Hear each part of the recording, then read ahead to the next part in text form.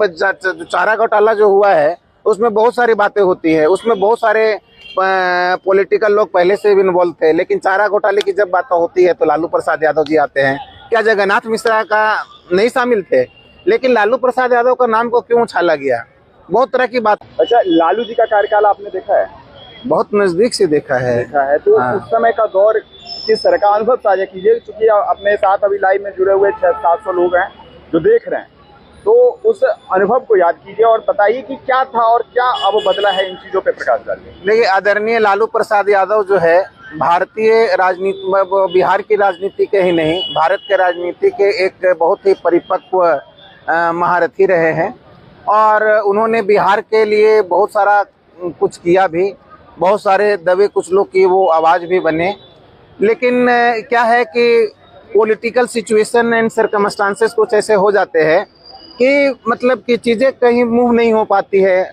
आस पड़ोस के अगल बगल के लोग जो होते हैं उनका नाजायज़ फ़ायदा उठाने लगते हैं और वो चीज़ों को है थोड़ा सा अलग एंगल से वो करने लगते हैं। तो लालू प्रसाद यादव जी ने अपने समय में भी अच्छे काम किए, लेकिन उनके जो क्लोज लोग थे उनके इस पोजीशन का फ़ायदा उठा करके उनका छवि को धूमिल करने का कोशिश किए। मैं पर्सनली लालू प्रसाद यादव की काफ़ी इज्जत करता हूँ, काफ़ी अच्छे नेता रहे हैं और बहुत ही मजाकिया किस्म के भी रहे हैं। तो लालू जी के कार्यकाल को हाई कोर्ट ने भी जंगल राज का एक शब्द दिया था, तो उस शब्द से कैसे देख रहे हैं कि वाकई में वो जंगल राज था, अपराध वाला बिहार था, ये नरसंहार कहीं ज्यादा होती थी? देखिए, साफ हो जाता था सर। एक वो दौर था, गांव का गांव भी साफ हो जाता है लालू के राज में। एक दौर वो था, ठीक है ना। मैं वही आपको तो बोल रहा हूँ कि यदि आप लालू प्रसाद यादव को थोड़ा सा क्लोज से आप आकलन करें, देखें उनका व्यक्तित्व को, तो वो उस तरह के पर्सनालिटी नहीं है कि वो जनसंहार कर दे, लोगों को मार दे। हाँ, थोड़ा सा बड़पोलापन जरूर रहा है उनमें। मैं उस दृष्टि से लालू प्रसाद यादव जी को नहीं देखता हूँ। मैंने क्या बोला कि उनके आस पास के लोगों ने उनका नाजायज फायदा उठा करके उनके छवि को धूमिल करने का कोशिश किया। धूमिल करने का कोशिश किया? हाँ। मतलब वाकई में ऐसा कुछ नहीं था जंगल राज वगैरह? अब देखिए, अभी क्या है कि मान लीजिए कि आप मतलब किसी स्कूल के प्रिंसिपल है, यदि किसी टीचर ने कोई गलती कर दी, उनके तो संरक्षण में कुछ ऐसा, मैं जनसुराज का थोड़ा बहुत हो सकता है कहीं पर कुछ खाता वगैरह खुले और मुख्य विपक्षी पार्टी के रूप में देखिए, एक तो ये जरूर है कि अभी जैसे लोगों के नज़र में उनका एक, मैं बोलूँगा कि एक स्टार्टिंग फेज है। हो सकता है कि शुरुआती दौर में मतलब किसी भी पार्टी को प्रॉब्लम होता है, बट मैंने ओवरऑल देखा है कि लोगों का उनके प्रति सहानुभूति है और कहीं न कहीं आने वाले समय में यदि वो लगातार निरंतर प्रयास करते रहते हैं तो एक अच्छे राजनीतिक विकल्प के रूप में आ सकते हैं। वो विकल्प चाहिए। अभी का क्या है ना कि देखिए, बिहार की जनता जो है ना काफी जागरूक और सजग है और आप ये मानते होंगे कि relative to other parts of the country Bihar के लोग जो है राजनीतिक रूप से काफी मैच्योर हैं, परिपक्व होते हैं, तो उनका जो डिसीजन होता है बहुत छना छना होता है और वो समय आने पर ही पता चलता है। यदि मतलब बिहार की जनता सही और गलत में अंतर नहीं कर पाती तो बात मान कर ये मान करके चलिए कि नीतीश कुमार जी हमारे 15 साल से शासन कर नहीं रहे होते और नहीं तो लालू प्रसाद यादव जी का ही और उनकी फैमिली का ही शासन चल रहा होता है। ये बतलाता है, ये दर्शाता है कि बिहार की जनता जो है काफी सजग है और काफी मैच्योर है। तो अभी का राजनीतिक परिदृश्य जो दिख रहा है, एक नीतीश कुमार जी का कोई बहुत अल्टरनेट कोई स्ट्रॉन्ग फेस नहीं है, इसलिए किसी तरह का कुछ क्लियरिटी नहीं है। बट इतना तो तय है कि कांटे की टक्कर दिख रही है और कहीं न कहीं एनडीए जो है इसमें अपना मतलब एक अच्छी बढ़त लेकर के वो मतलब कि गवर्नमेंट तो एनडीए का ही बनेगा, क्योंकि एनडीए का ओवरऑल जो है नीतीश कुमार जी ने अपना जो शासन अभी तक जो किया है अच्छे तरीके से किया है। देखिए, बिहार का पॉपुलेशन एक बहुत बड़ा समस्या है। यदि ये सोचेगा कि बिहार की सारी मतलब कि लोगों को नौकरी मिल जाए तो कोई भी गवर्नमेंट आएगा तो वो 1 करोड़ 50 लाख इस तरह की बातें होंगी, लेकिन वो सारी चीजें संभव नहीं है किसी भी गवर्नमेंट के लिए।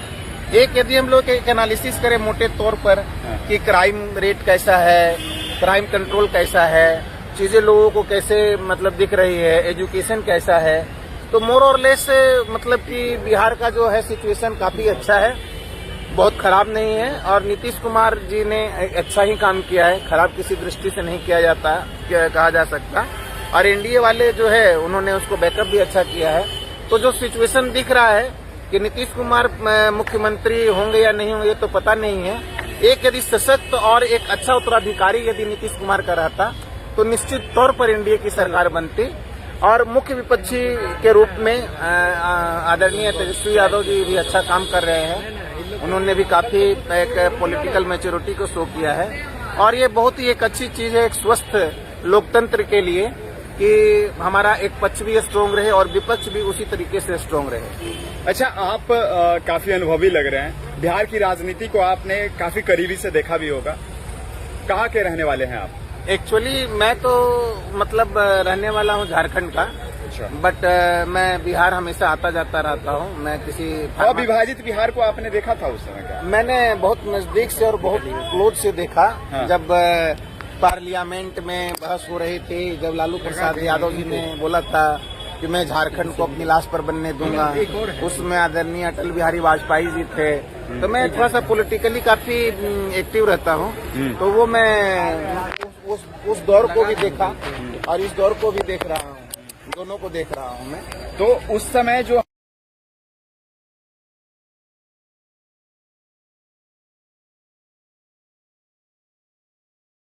देखिए, जब अविभाजित भारत था तो अविभाजित बिहार जब अविभाजित बिहार था तो मैं उस समय जो था ना, मैं दिल्ली में रहा करता था और उस समय जो दिल्ली में जो रहता था तो मेरे को मतलब अपमानित फील होता था।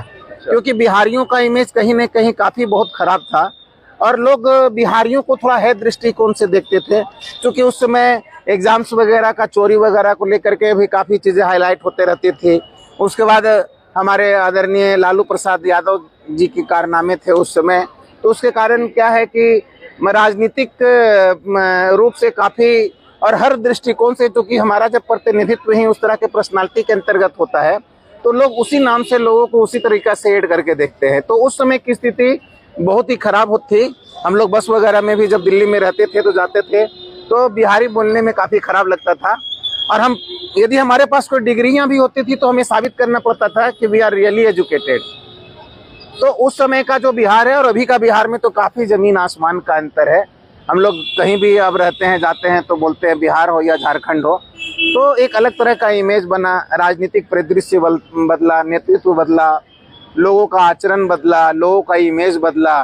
तो कम से कम अब उस तरह की एक मतलब की छवि अब नहीं है। अब बहुत ही साफ सुथरी और अच्छी छवि है और बिहार का परचम हमेशा रहा था, है और आगे भी रहेगा, चाहे वो राजनीतिक रूप से हो, एजुकेशन के क्षेत्र में हो। हाँ, कहीं कहीं कुछ अपवाद होते हैं, वो तो खैर हमेशा रहेगा। तो ओवरऑल जो है मतलब आप देखिएगा तो एक्सेप्टेंस लोगों का other parts of the country में काफी बढ़ा है। That is a very good thing. देखिए, आपने बताया कि जो परिदृश्य है वो बदला है और अभी जो छवि है बिहार की वो बेहतर हुई है पहले से। तो 100 एक बिहारी 100 बीमारी या एक बिहारी 100 पर भारी, ये आमतौर पे जो यूज करने वाले स्लैंग हैं, इस तरह के स्लैंग यूज किया जाए तो कौन सार्थकता? देखिए, किसी एक पैमाने पर बिहार को हम नहीं आंक सकते। जहां पर हम देखते हैं कि आईपीएस, आईएएस या सिविल सर्वेंट्स जितने भी हैं वो मैक्सिमम नंबर ऑफ बिहारीज होते हैं। इन चीजों को कैसे देखते हैं कि एक बिहारी 100 बीमारी? देखिए, ये इस तरह की जो बातें होती हैं वो कुछ लोग बोलते हैं।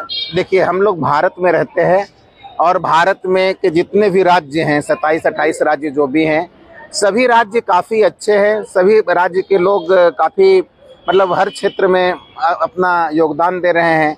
बिहार किसी क्षेत्र में स्ट्रॉन्ग है तो झारखंड किसी क्षेत्र में स्ट्रॉन्ग है, उत्तर प्रदेश किसी क्षेत्र में स्ट्रॉन्ग है तो हरियाणा किसी क्षेत्र में स्ट्रॉन्ग है, तो पंजाब किसी क्षेत्र में स्ट्रॉन्ग है। इसलिए एक बिहारी 100 पर भारी, इस तरह की जो बातें हैं ये थोड़ा सा कुछ लोगों के स्टेटमेंट इस तरह से दे देते हैं, तो ये मैं इसको बिल्कुल भी सही नहीं मानता हूँ।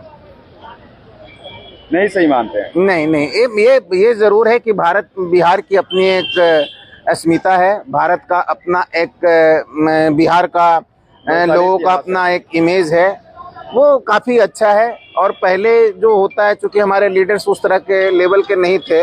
अभी आप देखिए कि जब नरेंद्र मोदी जब नहीं थे तो भारत का क्या इमेज था, और अभी जब नरेंद्र मोदी भारत के प्रधानमंत्री हैं तो विदेशों में मेरे बहुत सारे विदेशी कॉन्टेक्ट्स है, दोस्त वगैरह है, तो वो बोलते हैं कि अब हम लोग बोलते हैं कि हाँ, तो नरेंद्र मोदी ने एक देश को एक पहचान दिया। तो अभी नीतीश कुमार के बारे में मैं इतना ही बोलूँगा कि कम से कम उन्होंने एक बिहार का मान सम्मान हमेशा रखा है और चीज़ों को स्ट्रीमलाइन करके अच्छा करने का उन्होंने अपना भरसक कोशिश किया है, काफ़ी ग्राउंडेड रहे। कुछ लोग जो है लाइव जुड़े हैं, वो मनीष राज है, वो कह रहे हैं कि ओनली जन स्वराज के बारे में आपका क्या सोच है? देखिए, मैं ये बोलूँगा कि प्रशांत किशोर काफ़ी पढ़े लिखे व्यक्तित्व है और मैं उनका बहुत सारा वो देखता रहता हूँ, सारा चीज़ काफ़ी मैच्योर हैं। उन्होंने पॉलिटिकली लोगों को काफ़ी जिताया भी है और मुझे लगता है कि भारत की जितनी पार्टियां हैं कहीं न कहीं प्रत्यक्ष और अप्रत्यक्ष रूप से उनसे जुड़ी ही रही है और सभी पार्टियों ने उनका ये भी लिया है। तो I respect him from the core of my heart, he is a very good person. और एक बात मैं ज़रूर बोलूँगा कि एक स्वस्थ लोकतंत्र के लिए इस तरह के पार्टियों का आना, इस तरह के पर्सनालिटी का आना एक बहुत ही अच्छी चीज़ है। और एक क्या होता है कि लोगों को एक कंपैरिजन करने का एक अवसर मिलता है कि चलो हाँ भाई, अब हम एक अच्छा पढ़ा लिखा इंसान है जो चीज़ों को लीड करने के लिए आ रहा है और उन्होंने अपना जो एजेंडा बनाया है वो बिहार के परिप्रेक्ष्य में काफ़ी स्ट्रॉन्ग है और बहुत सही है। यदि उसका वो 5% 10% भी अचीव कर लेते हैं तो ये एक बहुत बड़ी चीज़ है। अब मेरे को ये बताइए कि अभी तक जितनी भी पार्टियां हैं, चाहे वो बीजेपी हो, चाहे राष्ट्रीय जनता दल हो, चाहे और भी जितनी भी कांग्रेस हो, वो इस बात को उन्होंने कभी नहीं उठाया कि बिहार का जो पलायन हो रहा है उस पलायन को रोकने के लिए क्या किया जाए। कम से कम मैं इस चीज़ को, इस दर्द को मैंने फील किया है। ऐसा नहीं है कि वो सिर्फ बोलने के लिए बोलते हैं कि मैं प्रशांत किशोर जी, उनके सीने में मैंने, मतलब उनके चेहरे पर मैंने ये झलक देखा है। इस चीज़ को मैंने फील किया है कि वो सच में चाहते हैं ना कि बिहार का कोई भी जो व्यक्ति है वो दूसरा शहर जा करके ना, मतलब कि काम नहीं करना पड़े, 10-12